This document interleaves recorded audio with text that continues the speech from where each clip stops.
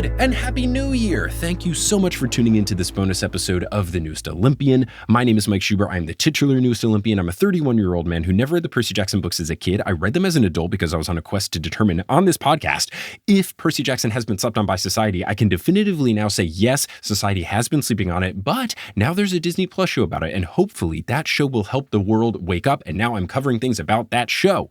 What we're going to be doing on this bonus episode is posting a couple of clips from interviews that I did that have to deal with episode 3, since episode 3 just came out a couple of days ago. And then we're going to conclude the episode with a conversation I had with Liam T. Crowley about both of us being able and being fortunate enough to attend the Percy Jackson world premiere at the Met in New York City. It was just ridiculous and wonderful, and that's how we'll close out the episode. But first, let's get into these interviews. The first audio that you are going to hear is from the interview that I did with Dior Goodjohn, who plays Clarice. I posted that interview on Christmas morning, but I couldn't post the entirety of it because this portion of that interview that you'll hear very soon made reference to some things that took place in episode 3, and we're not supposed to post anything about episode 3 until episode 3 has aired. So when I posted the original interview with Dior, couldn't put that in, but now you can hear her talk about a fun story that mentions some stuff that took place in episode 3. And the context of this story is we had just talked about how at the premiere, she was sitting next to Jason Mantzoukas to her surprise. Here's that audio clip. And you had some scenes with him on the TV show, right? But had you really interacted before sitting next to him at the premiere? No, this was like our first time truly interacting. The one scene that I did have with him, it was around like kind of like the Coliseum type thing where everybody eats lunch at and Percy's picking who he wants to go on the quest with. And Dionysus is like standing in the circle, like side by side with Percy. And that was really the only scene that I had with him. But I remember that day on set, he showed up wearing his N95 in true Jason Mantzoukas like mode, like, okay, I'm here. I'm doing what I need to do. Okay, bye. I'll see you guys later. But it was so perfect and like so him and so great. I loved it. It was so cool. That's great. I feel like that's how he did the premiere as well, because I know he did the red carpet thing. He saw the premiere, and then I was not someone that was doing the red carpet. I was just, watching it, and then as a guest, and I was like, if I got to talk to him, that'd be cool. I didn't see him anywhere. I'm assuming he left right after. Dude, he came, did the do, and said, okay, peace, bye. Oh, but he missed out on all that free sushi. Come on, Jason. The sushi was so good. Oh my God. That was one of my questions, but we can get to it now. What was your favorite food from the premiere? Because my answer would have been the sushi. It was incredible. And the Percy drink, the like 7-Up, the blue 7-Up, that was crazy. Mm-hmm. And I'm so mad. I was gonna take, that light up ice cube? Oh yeah. Yeah, I had a talk with Lena and Momo. Lena Walker's like, what's it called?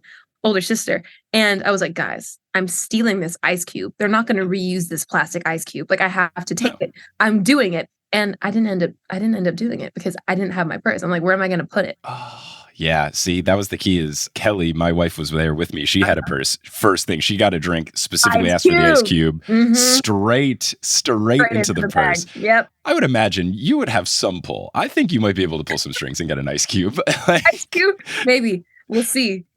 Season 2. At the season 2 premiere, when they run it back, Met round 2, and they have new ice cubes, we'll make sure we get you a purse so you can steal an ice cube. This next clip comes from the roundtable that me and some other podcasters did with Rick and Becky Riordan. This was a situation where we submitted questions and a moderator asked them. So one of the questions that I submitted that the moderator asked to Rick and Becky was about the consensus song, which we first hear in episode 3, which I just absolutely adored. My question was specifically about how this, to me, took place of Grover playing So Yesterday on the reed pipes. So that was the question that I submitted. The moderator truncated it a bit, understandably, because I wrote it in a very wordy manner, but here is that question and Rick and Becky's response. And so in the books, obviously there's some changes from the book to the series. One of them our media pointed out was Grover and his reed pipe performing So Yesterday and how that becomes consensus. So the question is, what inspired that change and who wrote those lyrics? That was the compromise song, right? The consensus song. That's completely Jon Steinberg. That's Jon. Jon Steinberg came up with that, and it's goofy, and it's one of those things where Percy's looking at Grover and saying, "Dude, what are you doing?" But that's very, very middle school. Tonally very correct. And wonderfully appropriate for Ariane to play Grover because he's been on stage in New York So to have him be able to do a little singing, I would love to see more of it. I'm going to pitch for that in season 2. I would love to see him be able to utilize his voice. Yeah, we can do like Star Trek and make it a musical episode. Yeah, wouldn't that be great? That's all the time we have. Thank you, Becky. Thank you very much. Thank you. Thanks, everybody. And keeping that theme going, here is a clip from the interview that I did with Jon Steinberg and Dan Shotz, who are both executive producers and showrunners, and James Bobin, who is the director of the first 2 episodes, as well as an executive producer. I asked them about the consensus song, and then I also asked James about potential musical number elements showing up in the series. Something that I absolutely loved, it's the consensus song that comes up. And I learned from Rick yesterday, Jon, that you were the genius behind the lyrics to the song, at least. I like it as a way to kind of get in the books Grover's reed pipe music, but now it's also kind of bringing the team together, but it keeps that goofiness, and Percy gets to do the But what all went into coming up with consensus? Were these lyrics completely original? Did you go to a camp where they sang this when you were 12? What's the deal with consensus? How amazing would that be? He definitely did. The song is original. The song was a co-write. It was me and Joe Trace, part of our writing staff, and also was the writer of the Percy Jackson musical. Yes. Oh, cool. We Joe's amazing. He's brilliant. He's amazing. We put this one together. It started as a joke pitch in the writing room. Like it would be funny if Grover sang a song about getting along. Yeah. And as is frequently the case, it started as a joke, but you find yourself thinking about it. Yeah. You're smiling that much about it. It became a scene we used in casting. That was what's hard about it. Oh, whoa. And those ones are all, usually a casting scene, you do try to use challenging ones. That is a really hard casting scene. There was one kid. It sorted everyone out, sorted the people out. There was a kid with this incredible voice who came in and did it like an R&B song. Ooh. Yeah, and it was just stunning. Like, it was solving no problem with his lovely voice. Yeah. That was not the point of the song. It was the performance, irrelevant. That was not the reason, but that was part of the experience of seeing Ariane for the first time in real life. Very much so. Everyone else can kind of go home now. Yeah. Wow. He got it. To this kid. Yeah. He got it. It's a good one to judge people by that for sure. It really did help, and he's got it straight away, which is fantastic. Amazing. James, since you have history in the past doing stuff with musical numbers like Flight of the Conchords and the Muppets movie, were you a little bit jealous when you learned that consensus wasn't going to be in the first 2 episodes that you were directing? Were you like, oh, I wanted it? Yeah. I thought it was going to be a full-blown musical number. Like we dance around the bus. Into the toilet. Who knows what they're going to go in that one? It'd be amazing. It'd do a whole scene outside. It'd be amazing. Of course. I always like ending anything with a song. I want at some point to end this whole series with a song. Like a big musical number at the end is always really fun. Well, look, you could pull a future episode, future season if it works. Do one of the Grey's Anatomy thing where it's like, this one's a musical. Into a dance. It'd be amazing. So all the magical features sequence, all doing a dance at the end, would be amazing. And they're available. He took it so seriously in the best way. Like, he wanted to get it right. I remember, Jon, he was like, he got on the phone with us and you and just like sat there and went over it, like exactly wanted to hit the right words and get the tone correct. And I mean, that's what's so amazing about these kids. It's like, even when it just seems like a very simple, let's just have fun with this song. They're such pros that they wanted to just nail every nuance that Jon and Rick on the page. That's my answer to the question. The thing I didn't think I'd be doing. So it was in the middle of old band stuff, which is like couldn't be heavier. And I ended up on a call, and it's like, now will you sing the silly song to Ari so he knows how to sing it? It's a very abrupt tonal shift. That's fun. That's really fun. I apologize that the audio in general from these interviews doesn't sound amazing. It was all Zoom stuff. And this interview in particular had the 3 of them sitting at a table pretty far away from the computer that was doing the interview. So some of it got a little bit garbled by Zoom's auto noise reduction software thing, which is not the best. And I could go on a tirade about it forever. but I cleaned up the audio as best as I could. The one thing that I think just from editing this that you couldn't really hear was James, when he was saying the musical number that he wanted to do, he wanted to get in all the centaurs. And that was the one audio that I think was the hardest to hear. Now, this next clip is going to come from the chat that I had with the VFX folks, Jeff and Erik, and talked a little bit about some of the visual effects that you see in episode 3. In episode 3, when they're dealing with the Medusa head, the invisibility hat's on, it gets decapitated, and Walker is like holding something. Was that just acting, or was he holding like a green screen covered thing to give it shape? No, he absolutely did that. And I think he did a great job. I think, Jeff, I can't remember if it was you or if... we did a little stabilization every now and then. Yeah, exactly. Just to help it out. But he was great in trying to, I mean, there's so many things that Walker's really great, as I watch these episodes, and I just watched 8 yesterday, final, blessing it, sending it away, and watching his acting skills, but also his physical, we've said it before, his ability to be a great stuntman when he needs to be. And pulling that up and holding it and being consistent. It's just like the same thing we say about Arian with always being up on his toes. They're a great group of kids, and they're so wonderful to work with. That first scene where he like dives past the charging minotaur, that was him diving into the mud, and it was a mess. Like, you step on that set and you're like almost ankle deep in mud, and he was right there on the ground. It was pretty incredible. Yeah, take 10. Like, let's do it again. Poor costumes, though. Yeah. I always thought it was interesting is we'd have rain during those scenes from above, and he didn't want to get out of the rain and into a raincoat. He liked it. He would, and such. He loved it. He's a kid. Yeah. And this final interview clip is from the conversation that I had with Dan Hennah, the production designer, and Tish Monaghan, the costume designer. The costuming and the set work all around the Medusa scene were just so fantastic that I couldn't help but ask them some questions about it. So here are those responses. Another set that I thought was really cool, Dan, was when we get to Auntie M's Gardenome Emporium in my beloved home state of New Jersey. You get to see, I feel like what's cool about it is I think that the set goes through the emotion of the viewer, whether you're someone who knows the story or not. You go in and it seems like, oh, this place might be okay. And then you go into the basement and this is not okay. This is terrifying. How much of like the emotion behind what you're hoping someone feels goes into the set? It's not just looking pretty. It's about feeling something.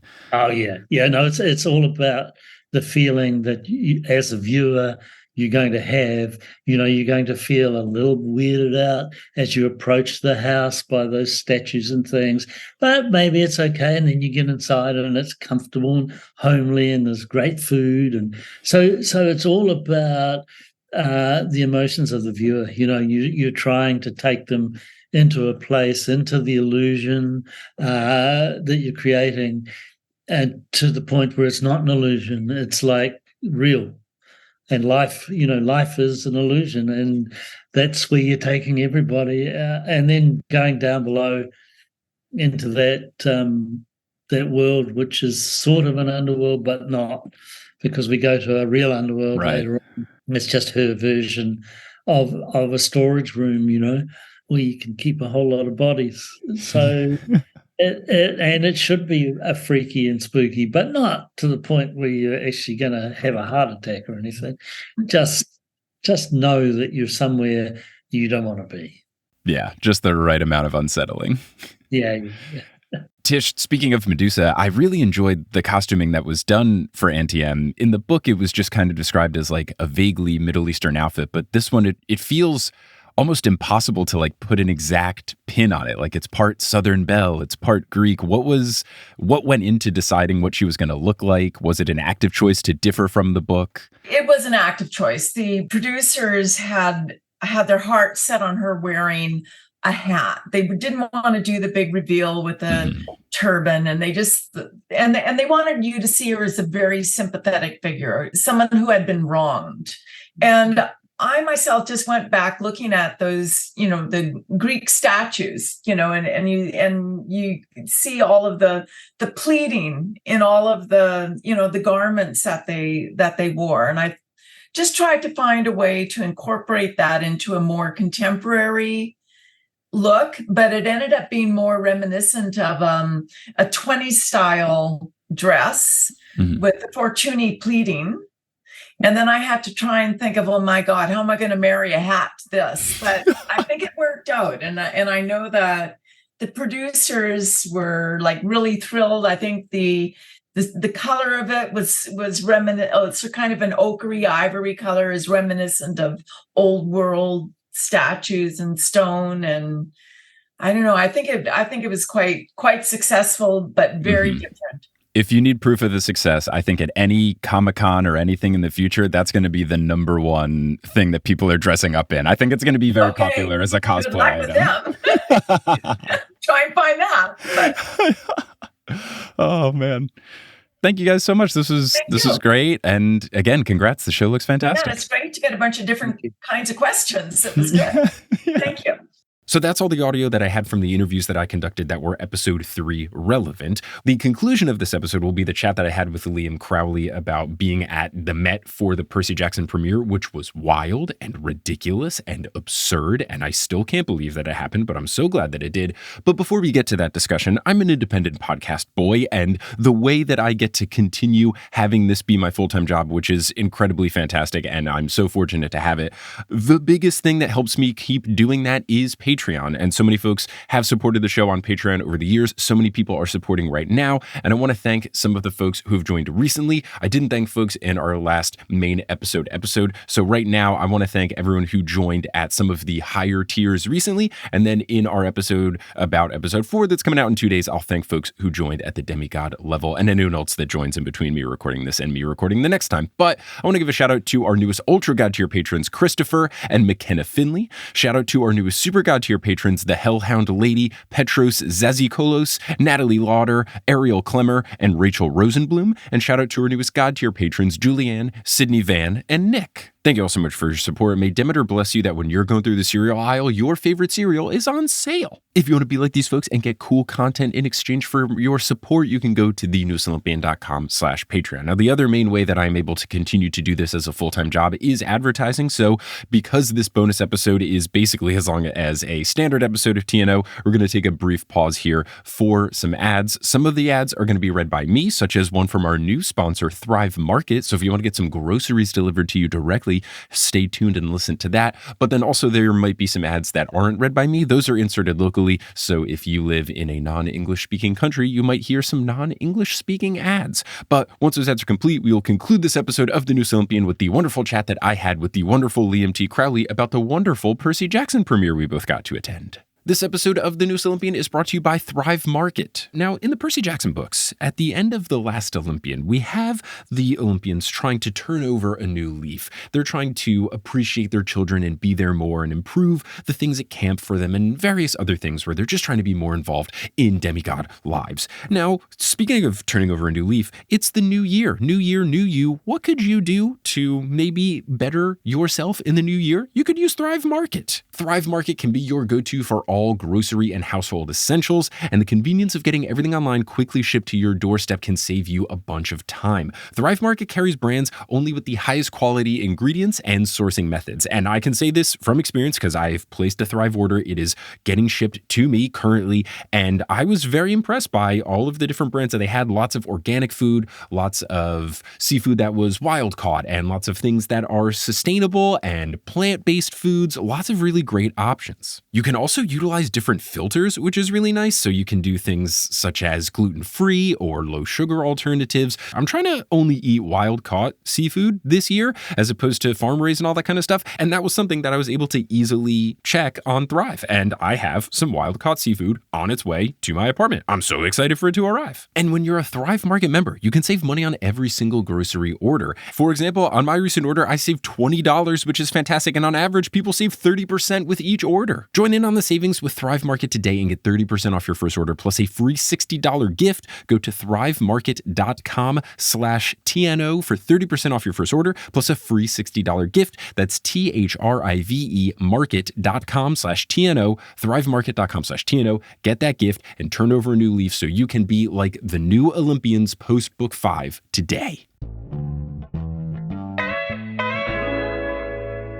Hello, thank you for tuning in to this bonus episode of The Newest Olympian. I am here with Liam T. Crowley to talk about our premiere experiences. We both spent a lot of time at the premiere together, but also we had different starts to it since you were on the actual blue carpet, and I was told respectfully that I am not allowed to enter the blue carpet when I walk down a hallway, not knowing that that's where all of that was. So let's talk premiere stuff. Let's start at the beginning, though, because you got there even earlier before I checked in. You're going to get set up. What's it all like to be there as a true member of the press, as opposed to me, a pretend member of the press?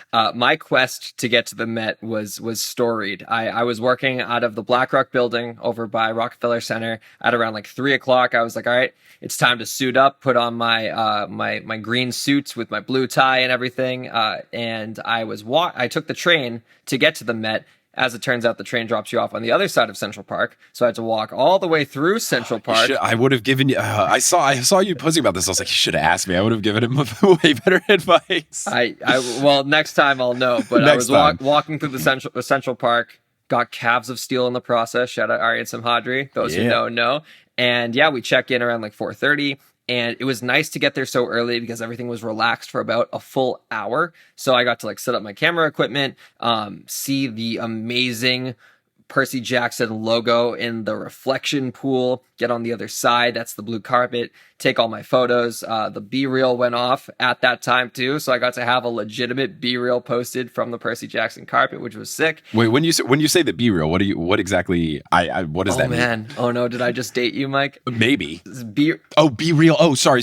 I was thinking, my bad. I thought you meant like B-reel, like the letter B dash reel, like when there's like extra footage of something, as opposed to B-reel, the app. Because look, I know what B-reel is. I have not downloaded it. I just thought like you were going industry term. Like I thought you were going like inside baseball reporting. Okay, got it. I'm glad you know. B-reel. I'm glad you know what B-reel is because it's a great app and it's not for young people. Sure. I just got my B-reel like wrapped today, which is like the year in review, and it's very cool to kind of see like your scrapbook of memories that were all taken at random times and not just when you were looking to like share it on social media. Mm-hmm. Anyways, the carpet was awesome. I got to reconnect with so many old friends as well. It's funny working in this industry. You see the same people at these kind of events and nowhere else. Like my friend from Screen Rant, I'm like, I saw you at the Luther premiere in March. And then after that, I saw you at the Asteroid City junket in June. And I've never seen you in the real world, but that's so funny.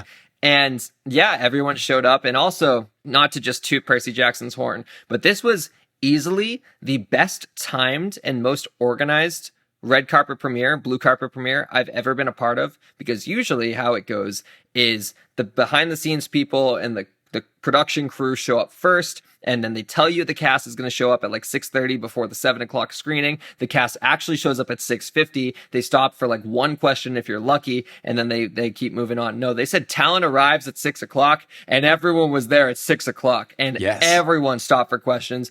Everyone gave me the time of day. I had like 5 minutes with Virginia Cull, who plays Sally Jackson. Walker came by, even though we had already spoken, and he wanted to grace me with his time. Aryan Simhadri's publicist, after I was breaking down my camera equipment, was like, Aryan wants to speak with you. And I was like, still? We've had like 8 interviews at this point. And that meant the world to me. And I just had a lot of great, pure interactions, and it set the stage for what ended up being my favorite viewing of the 2 episodes of Percy Jackson and the Olympians. And, you know, that was only the precursor to the true main event, which was the after party, the reception. And that was super, super special. And I'm glad we got to experience that portion together. Yeah, for sure. You are not kidding about the 6 o'clock thing, because from my perspective, I got the invite very last minute. I got the invite on December 8th at like 6 p.m. And I was going to fly to Texas on December 9th at 8 a.m. So I got that, had to call my tour guide because I had a show scheduled for the day of the premiere, had to get that moved, had to call Delta, get my flight changed and everything. But we made it all work. And this thing, the information on the invite was just like, first it was just the PR team saying like, hey, you're going to have an invite. Send us your email. We'll give you more info. Still not really clear. Then I got the email with like the description of it, but it didn't really give much information. It was like location, the Met. I'm like, yeah, I know, but where do I go? Like, what does that mean? And it just said the time. And the most information it had was, I guess, just like the Met's boilerplate warnings. There were lots of details about like, don't touch the artwork. Don't bring paint. I'm like, yeah, I understand that. But like, where do I go and what am I doing? So they said to get there at 6. So we checked in at 6. I technically checked in early because there was like a general admission thing, but then also like an influencers thing. And they let in the influencers early, I guess, so they could like put stuff on Instagram stories. But I didn't know. I was like, as a podcast, I'm like, am I an influencer? Am I general? I don't know what's going on. So I just like went in up with the influencers. It was also super cold and they were waiting until like 6 o'clock struck to let general admission in. We were there at like quarter of, and I was like, let's just go inside. Like, it's freezing. So we went up and then, yeah, like the actors just started rolling up. Like when I was in line waiting to get checked in, the actress who plays Nancy Boba Fett came through. I complimented her on her cheese throwing ability. Her mom was there and was so sweet. I guess her mom was like there during filming because she started talking to me a little bit like, oh, the directors had her throw it so many times. Like I'm just making a joke and her mom's giving me like the inside scoop of how filming went. And then I heard like loud screams when Walker showed up and a couple other people like came in and got rushed through since they had to get to like the actual blue carpet of it. And then, yeah, got checked in and we got to walk around a little bit. And then the screening was set to start at 7. So you could walk around the Met like a little bit. You're in the main entrance. They have stuff set up and it was clear that they were going to have food. And then we went down a hallway where actually you go to the blue carpet. And if anyone knows the Met, this is like that big room with the big Sphinx and the water feature and all that kind of stuff, which I just wanted to see how it was set up. I would have loved if they let me like respectfully look from a distance just to see, but I'm glad there's a bunch of footage from it because it looked super cool and made sense of that's where they're going to set it up. It's iconic. Water feature already looks cool, but for Percy Jackson, like it's a no-brainer. Yeah, it was very nice. And also too, that there is a little bit of Hollywood smoke and mirrors that goes on with carpets. Like if you zoom out a wide bit, the setup that they actually built is smaller than you would think it is based on what you're seeing on camera. But compared to other premieres I've been at where they really smoke and mirrors it up, we're talking like red carpet backdrop in like what it looks like a warehouse essentially. This was very different because the surrounding area that wasn't Percy Jackson dolled up is still the freaking Met, you know? Yeah.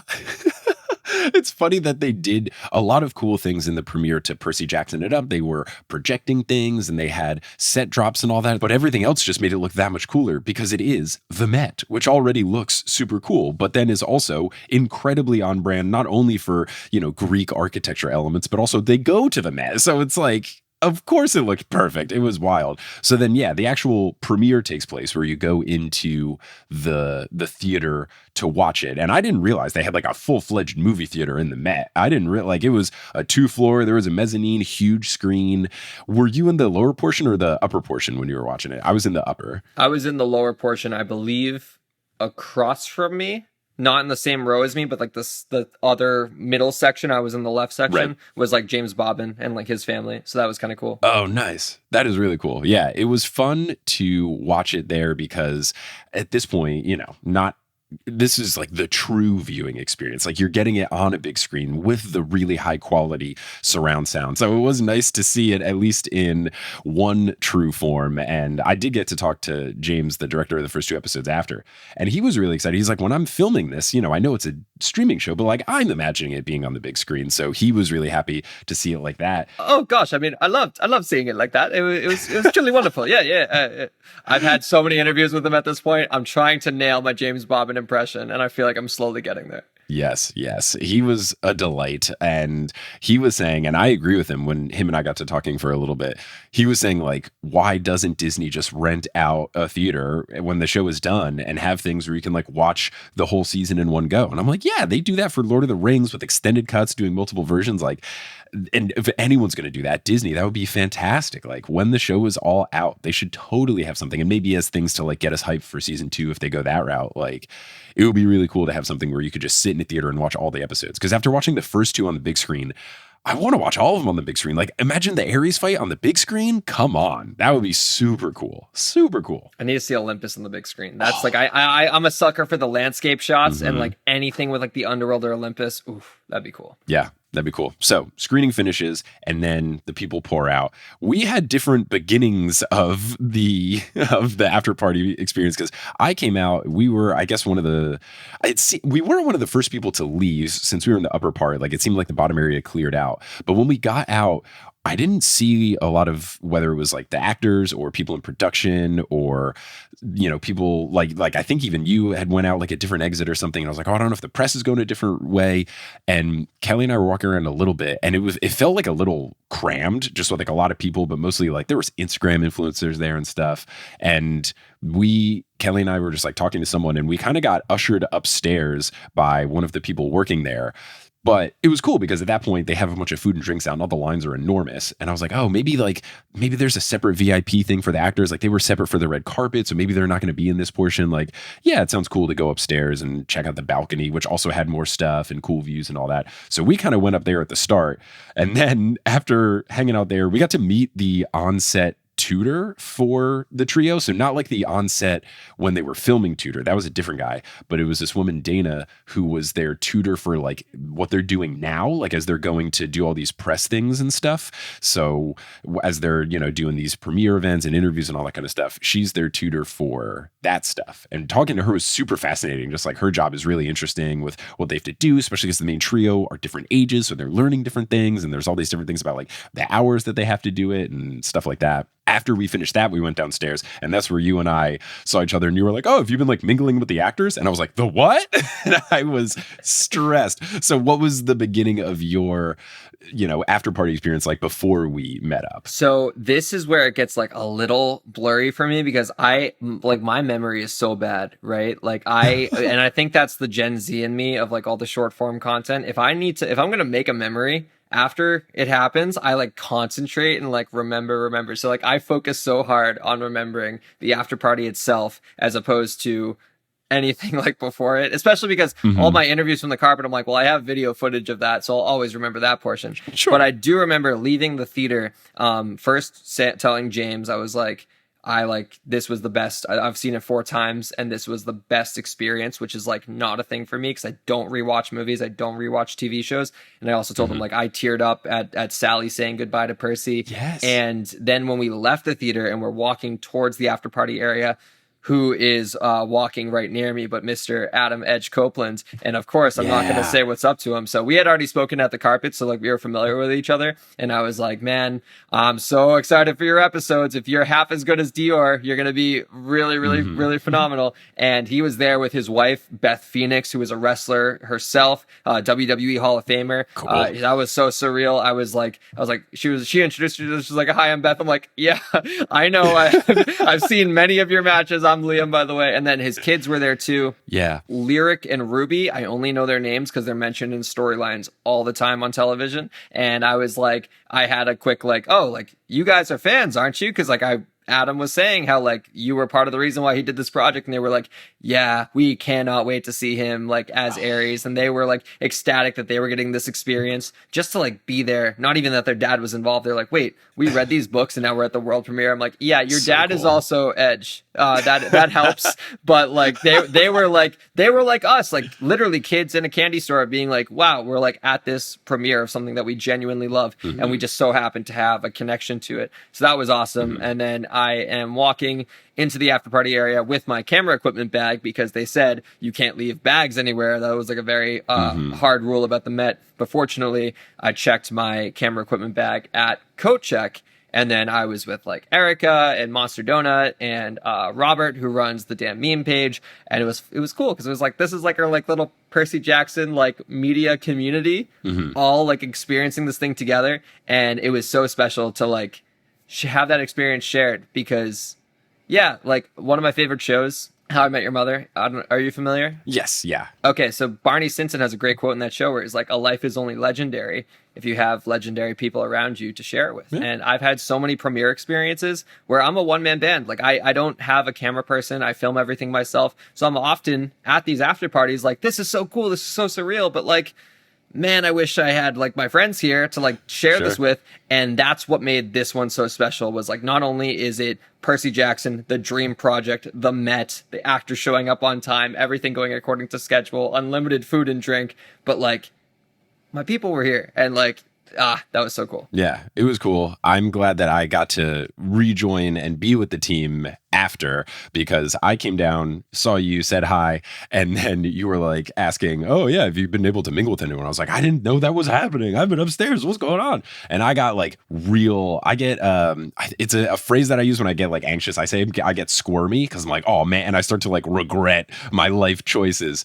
And I was like, oh, what was I doing? I should have stayed downstairs. Why did I think that they wouldn't come out? And you thankfully were a great calming force. You were like, hey, come on, it's gonna be fine. I'll introduce you to some people. And first up, you were like, oh, Dior's over there. Let's go talk to Dior, who plays Clarice. And I was like, okay, cool. Like, all right. At this point, thinking like, I'll get to meet Dior, and at least that's okay. Like, I got to meet one person, and that'll be fine. And then go over, you introduce, and I gotta say, just like, you are a great introducer. You are a great, like, you do it in a good way that's not awkward. You give like, you were hyping me up very well, bragging about my podcast and my live shows and stuff. Like, you did it in a way that was like nice and natural and cool. And you certainly have a skill of bringing someone into a conversation and not making it awkward. So I commend you for that, because it went very, very smoothly. I'm glad to hear. Yeah, that was like the highlight of my night, to be honest. Like, I don't know, like I am in a position where like I acknowledge I am very fortunate and lucky to have one-on-one time with these people, like essentially not like whenever I want, but I'm an email away from requesting that kind of stuff. So like, I had already spoken with Walker and Arian and Leah, and like I had like formed like legitimate friendships with them on my own time. I'm like, this is the time for everyone else to get to experience that. So to kind of be that liaison, I was like, oh, this is cool. I love bringing people together. Yeah, it was great. So you brought me to Dior. We talked for a little bit, and once we were talking about the newest Olympian, she was like, wait a second, I listened to your podcast. And I was like, what? Like, she said that she did a big deep dive when she was cast into all sorts of Percy Jackson stuff, and listening to some episodes of my show as part of it. That was very cool. Immediately, she was like, I'm going to follow you on Instagram. And then we messaged, and now we like, at the time of recording this, we just did an interview yesterday. So that'll be on the podcast at some point, which is super cool. Talked to Dior, and then I'm trying to remember the order of it. I know then you had introduced me to, it might have been him. I think Charlie was next. Charlie, who plays Luke. I think that was the next. Got to talk to him. He was super nice. And it was funny because watching the show, it's frustrating because he's so likable as Luke. And then meeting Charlie, he's also infinitely likable. How am I supposed to hate this guy? Like, as an actor, as Luke so far, he's been so charming. As a person, he's so nice. I can't believe I'm going to have to hate this guy in a couple, I guess like starting as soon as the end of the season. It's gonna be tough. I remember introducing you to Charlie only because the thing I brought up was the fact that like you did a live show in Paris not too long ago. And I remember him being like impressed by that. And then I also brought up the fact, I was like, and what's funny is he started as a Harry Potter podcast, and we successfully converted him to being Percy Jackson primarily. And he got a laugh out of that. And yeah, like he's the man. And I'm not going to hate Luke, because I'm not going to lie, I like rooting for the villain sometimes. And Luke is a very hard villain to root against, because you see his perspective, and the season 5 cabin conversation with Hermes. Those who know, it's gonna be great. So yeah, I was talking to Charlie a little bit, got to learn because his agent ended up coming up after, and she introduced herself to me, which was cool because maybe something will happen in the work there. What's this reaction? Finish your thought. I have a hilarious story after this. The only thing is, she then introduced me to Charlie's dad, who was like an accomplished bassist for live bands such as Tim McGraw. Like, cool family. Oh, good stuff. So what I was hinting at was Charlie is either manager or publicist. We were talking at some point, and she gave me her business card. Yes. And I was like, great, because it's so easy to like, people introduce, I meet so many people at these things, and unless I like write down someone's name in my notes or like actually exchange an email or something, it's so easy to forget. Right. So having a physical thing, I was like, oh, this is perfect. I have her business card now. And I put it into my suit jacket pocket. Anyways, when I get back to my friend's apartment, who I was staying with in New York, I take off my jacket, and I take out my Lightning Thief copy of the jacket, because it like I was carrying around the Lightning Thief the entire after party, by the way, for everyone listening, and it fit perfectly into my suit jacket pocket, which I thought was the most unnecessary and ugly pocket ever. I was like, why did the suit jacket come with these pockets? And then I realized it perfectly fit a soft cover copy of the Lightning Thief in it. Destiny, baby. I was like, Destiny. this is literally destiny. It's fate. I take the book out and go to reach in for the business card. And like the little kid in the Polar Express reaching for that reindeer bell in his bathrobe, it's not there. And I was like, oh no, oh my God, I lost the business card.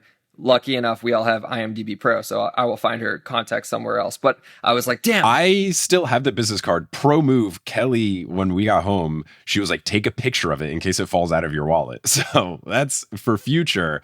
If you do get a business card, just pull your phone, take a quick pic. That was super smart. But I still have it. So if you need the info, I can send you the info. Well, and this is where the story gets really good. Because then the suit comes off, blah, blah, blah. I travel home to Boston the next day. 4 days later, getting ready to go to the fan screening in Boston, I walk out the door because my friend comes to pick me up, and I go, oh, wait, I should go grab my copy of The Lightning Thief just in case there's an opportunity to take a picture, right? I run down to my home office, I grab the Lightning Thief book, and like, it's not perfectly folded. And I was like, wait, I know I had my plane ticket in it from LA. Did I use it as a bookmark? I go to take out the bookmark. What's the bookmark? The business card. Let's go. It wedged itself in the Lightning Thief book. I'm like, I don't know what you all believe in, like spiritually, but I'm like, there is a higher force at play here. And the one regret I have is that I took it out so quickly. I didn't see what page it fell into. And man, I would love to like know what page it was on, because if like there was like a line of dialogue that was like especially special to me, that would be something. But yeah, that whole like ordeal, I was like, I just lived the Polar Express, but Percy Jackson style. Amazing. That's so good. That's so good. So then after I was talking to her, Walker came over, and I don't even know. I think you introduced us again, which was really cool. He was impressed as well by the Paris Live Show thing, which is great. And then he also pointed out I think every kid I spoke to, because I was wearing the TNO beads that I have like on my merch store, but I put them on a gold chain because I was like, well, you know, I'm at the I gotta spice it up. But I also had a gold trident pin from my podcast, and I think all the kids were like, oh, that's a really cool pin. And smartly, before I went there, I brought like 5, and Kelly just had them in her purse, like, I don't know, who knows, just in case. And since the kids kept asking, I just like gave one to all of them. So I gave one to Dior, I gave one to Charlie, I gave one to Walker, and I gave one to Arian, who were like the 4 younger actors that I got to speak with. And Walker's super chill. Like, he was really nice. I was just asking him about New York stuff, going to the Empire State Building, Times Square, like all the sightseeing things that they'd done the day before. Dude is super down to earth, really chill, just like seems to be enjoying it, but not in like a, oh my gosh, look at me moment. Like, a lot of people are asking for photos and autographs and all this kind of thing. And it seems like he just genuinely wants to do it because he's nice, not because he's like getting so full of himself because of the fame. He took a photo with me, him, and Charlie. Like, he was a super nice kid. Everyone involved in this show, from actors to production, just seems like the nicest people. They're all just good eggs. Yeah, and Hollywood is super fake, right? So you're gonna hear everyone tell you that so many people are super down to earth and super nice, but like, it's not hyperbole to say it about this cast and crew. Like, I have never been surrounded by people of this level of fame that just felt like peers at the end of the day. And that's like the highest compliment I can give. Like, all of them just feel like this was an after school club that they did. Like, it literally, like, I used to do theater in high school, and it felt the same way, where I would mingle with people at like our cast parties and stuff like that. Like, people who like showed up to support but weren't involved in the show. And like, no one's thinking like anyone's better than one another. It's just like, oh, well, we did this one thing and you did this one thing, but we actually are kind of linked because we're both involved in the Percy Jackson world, whether we're covering it or whether we're actually a part of it. And yeah, Walker just like, the conversations we had, we talked about Fortnite. Like, we talked about like our favorite hot drops and stuff like that. Me and Charlie talked about like our gym splits, and Arian, like, we talked about, I think, Fortnite as well. Like, little things like that. I'm just like, these are just like regular kids at the end of the day who, you know, hit the lottery, like deservingly so. They all like made it through rigorous audition processes. None of this was luck per se, but yeah, they're just like real people. And that is so refreshing, because like, I won't name names, but I've been to some of these after parties where it's like, oh, you feel the fame, and you feel the kind of like, hey, I'm not associating with you because I'm me and you're you. That's could not be further from the case here. Yeah. And I think the truest example of that is, as I was leaving, I had run into Jon Steinberg, who's the showrunner and the co-creator and an executive producer. And my only interaction with him was having like 2 interviews that the second one just went super well. And I've put most of that audio up on the podcast already. And he asked me like, what did you think of it? And I was like, oh, it was amazing. And he was like acting like I matter in a big way. He was like, it's so important. I'm so happy to hear that. Like, I'm so glad you're here. That's so nice. Like, let's make sure we stay in touch. And I was like, it was such a weird thing of how chill he was that I completely butchered saying like, what's the best way to contact you? Because he was like, let's stay in touch. And then we got like ushered out by security, so we didn't get to finish that sentence. But yeah, it is wild, like, that you can have these people who are super duper important feel like everyone's just like they're in the same group. I got to talk to Aryan soon after. He was super chill, super down to earth, and just like a super normal, nice kid. And the most surreal moment, I will add this little story. At one point, they go to all take a picture on the steps of the Met, not like the outside steps, like the interior steps. Right. And everyone was taking photographs, like publicists, parents, like relatives, all that kind of stuff. And so like I just kind of went along with the crowd, and I was like snapping photos of them. And it was either Leah or Aryan. One of them first goes like, Liam. And I was like, yeah, like, hey, what's up? And I was like, continue to take my photos. And then Aryan specifically was like, come up here. And I was like, oh, yo, nice. I was like, okay, I will. But I'm also like, you could stop me because I'm not involved in the show. And then they kept insisting. So I was like, not going to cause a scene by saying no. So like, sure. I continued up the steps. And then I sat next to like Charlie and Dior. And I said to Charlie, I was like, listen, I'm not involved in this show. You kick me out right now if you think this is weird. And Charlie was like, nah, you're part of the family, bro. And I was like, that meant the world to me because I don't know, like, I love being a part of this process of this journey, even on the outside, on the periphery, and to kind of see that like respected by like the people who are like creating it and understanding like the work that goes into the press side of things, and how, like, not super important, but like it is a part of the process, as part of the whole Hollywood machine. Sure. And to kind of have that respected, I thought that was really cool. And I like, after we all took those photos, I like said to Leah and Aryan, I was like, thank you guys for like making me feel special. Like, that's really cool. And then Leah called me Mr. Liam, which I was like, she calls everyone Mr. or Miss or Mrs. I was like, first name. It's great. I was like, oh my God, don't do that. Cause then you make me feel really old. And like, I know I'm like almost 10 years older than you, but still we are peers right now. Like, this is great. And that was just a very special moment. I look back at that moment, I'm like, that definitely didn't happen. I just made that up in my head, but there is some photographic evidence of it. So I guess it did happen. Amazing. And I think you are towing it well. It's something I'm trying to tow well, is like, you want to be involved in talking to these people and stuff, but it is like a bit strange with a lot of it, because like a lot of them are kids, so you don't want to be weird about it or overstep any sort of boundaries. Like, you want to keep it professional, but you want to be fun, and I think that you're doing it in a good way. And yeah, I think saying kick me out whenever you need is a smart approach to it. So just really quickly to wrap it up, I went over to like that. They had that cool photo booth thing where you could do the thing with the power bolt, which was super fun. And there I got to talk to James Bobin. Is it Bobin or Bobin? I'm not sure how to pronounce his last name. The director of the first two. It is Bobin, and no one has ever corrected me at Bobin. So in my head, I always say Bobin. And I've also said Riordan for 15 years, and it's Riordan. I know, but no one ever corrects me. So it's like, it's slowly but surely getting it. Yeah, all right. Well, here, we got it. So I got to talk to James Bobin because, again, like the interview I did with him and Dan and John was so fun, and we were just like goofing about various things. Then Dan came up. Dan and I were talking about a bunch of stuff, which was really cool. So it was nice to like talk to all 3 of those guys again. And then they kind of like had opened up what was the VIP area where you could actually walk into the exhibits, which was cool. So I walked down there just to see it. And then I saw the folks from Monster Donut, and they were talking to Daphne Olive, who's the staff writer on the show. And I got to talk with her for a while. She was all involved in Black sales, which was really cool. And a lot of Black sales folks have transferred over to the show. I found out that she also had been listening to my podcast from a mutual friend. So we might have her on the show in the future. She was super cool. And just overall like super nice. And then, yeah, from that point, after having that conversation, that's when like you and I like met up again. We did the whole bag check thing. We literally closed down the Met. Like it was into overtime territory where Disney was like paying extra by the minute, which was wild. Like you and I were like getting closer to the stairs, and like some security guy was like, when everyone was taking photos, they're like, hey, you know, we got to get out of here. I'm trying. And he was the nicest kicking us out that I've ever been on the receiving end of.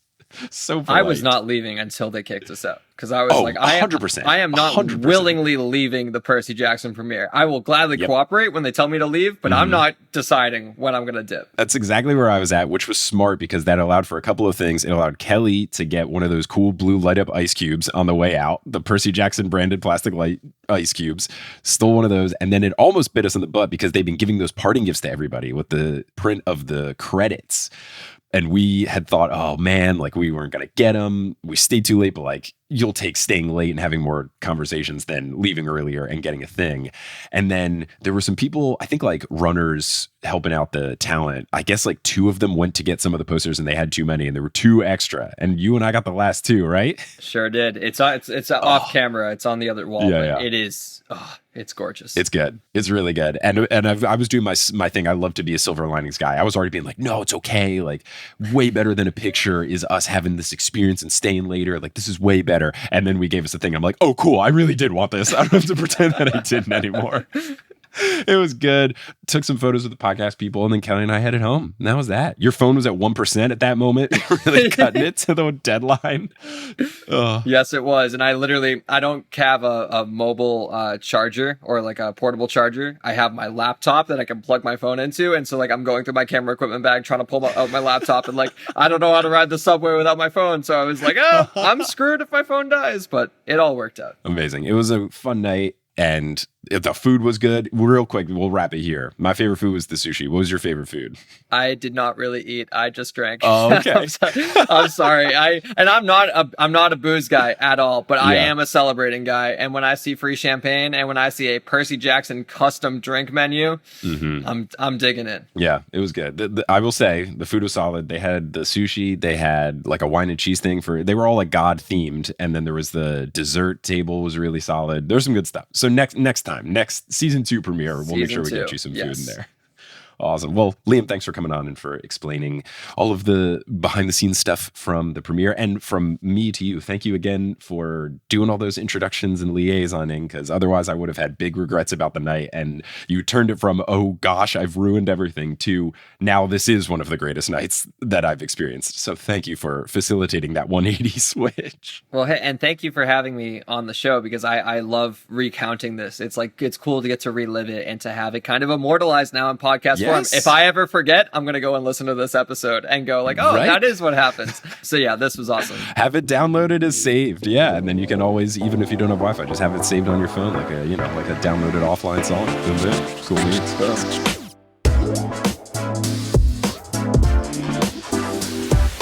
Thank you so much for listening to this bonus episode of the newest Olympian. Happy New Year. This podcast is created, hosted, and produced by me, Mike Schubert. I also run the social media and the website. Normally, our editor is Sherry Glow, but these bonus episodes have been edited by me as well. The music is by Bettina Campamanes and Miranda Grugel, and the art is by Jessica E. Boyd. If you are enjoying this podcast and you want to see more stuff from it, make sure you subscribe wherever you listen to your podcasts. But also, you can find us on social media. We're at Newest Olympian on Twitter, Instagram, and Facebook. I've been posting some more stuff on social media. Some things from these bonus clips. I've been posting fun reels. I've been trying to ramp that up, and I want to ramp that up in the new year now that the holiday stuff is over. So check that out. We also have a subreddit, reddit.com/r/thenewestolympian. And if you really want to get involved in the community, you can head over to our Patreon, thenewestolympian.com/Patreon, where we've got a whole bunch of fun bonus content that you can get access to, whether that is my notes. If you've seen my reel where I did, it almost has 1 million views now, which is bizarre. The reel where I scrolled through all my notes about the Lightning Thief, you can get access to those notes on the Patreon, and we've got the episodes about them as well. But there's a bunch of cool stuff on the Patreon. You can get physical gifts as well. You can get exclusive pins and stickers. All that lives at thenewsolympian.com/Patreon. We've got other merch at thenewsolympian.com/merch. And we've just got a whole bunch of cool stuff going on with the show that you can learn about on our website, www.thenewsolympian.com, such as live shows. If you want to help out the show in a non-monetary way, talking about the show really helps. Word of mouth is huge. Whether whether you're sharing something we shared on social media, or you direct message someone, you send someone a text message, you tell someone in person, you tell your parents, whatever it is, any sort of thing that spreads the news of the podcast's existence to other people really does help. That's so helpful for podcasts. You could leave us a rating and review on whatever podcasting app you're using. That's helpful as well. Anything and everything. Thank you all so much just for listening, but anything above and beyond, thank you so much as well. I really appreciate you being here and for listening to this, and I hope you enjoy our next episode, which will come out on Wednesday, where Liam Crowley, who you heard in this episode, and I will discuss episode 4 of The Percy Jackson Show. But until then, I'll Percy you later.